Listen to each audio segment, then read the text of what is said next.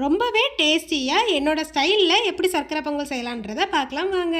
பொதுவாகவே சர்க்கரை பொங்கலை வந்து பொன்னி பச்சரிசியில் செஞ்சு பாருங்கள், டேஸ்ட்டு ரொம்ப சூப்பராக இருக்கும்.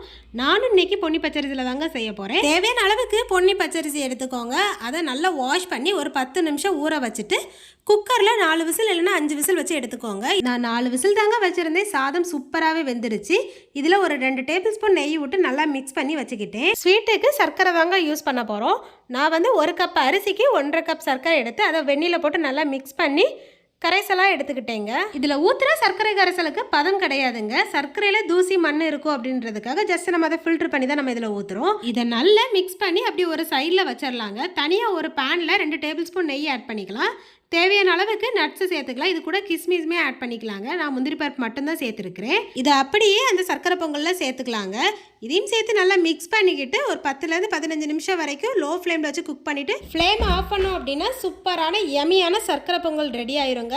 சாப்பிட்றதுக்கு அவ்வளோ ஸ்வீட்டாக இருந்துச்சு. கண்டிப்பாக நீங்களும் இதை உங்கள் வீட்டில் ட்ரை பண்ணி பார்த்துட்டு எப்படி இருக்குது அப்படின்றத கமெண்ட்டில் சொல்லுங்கள்.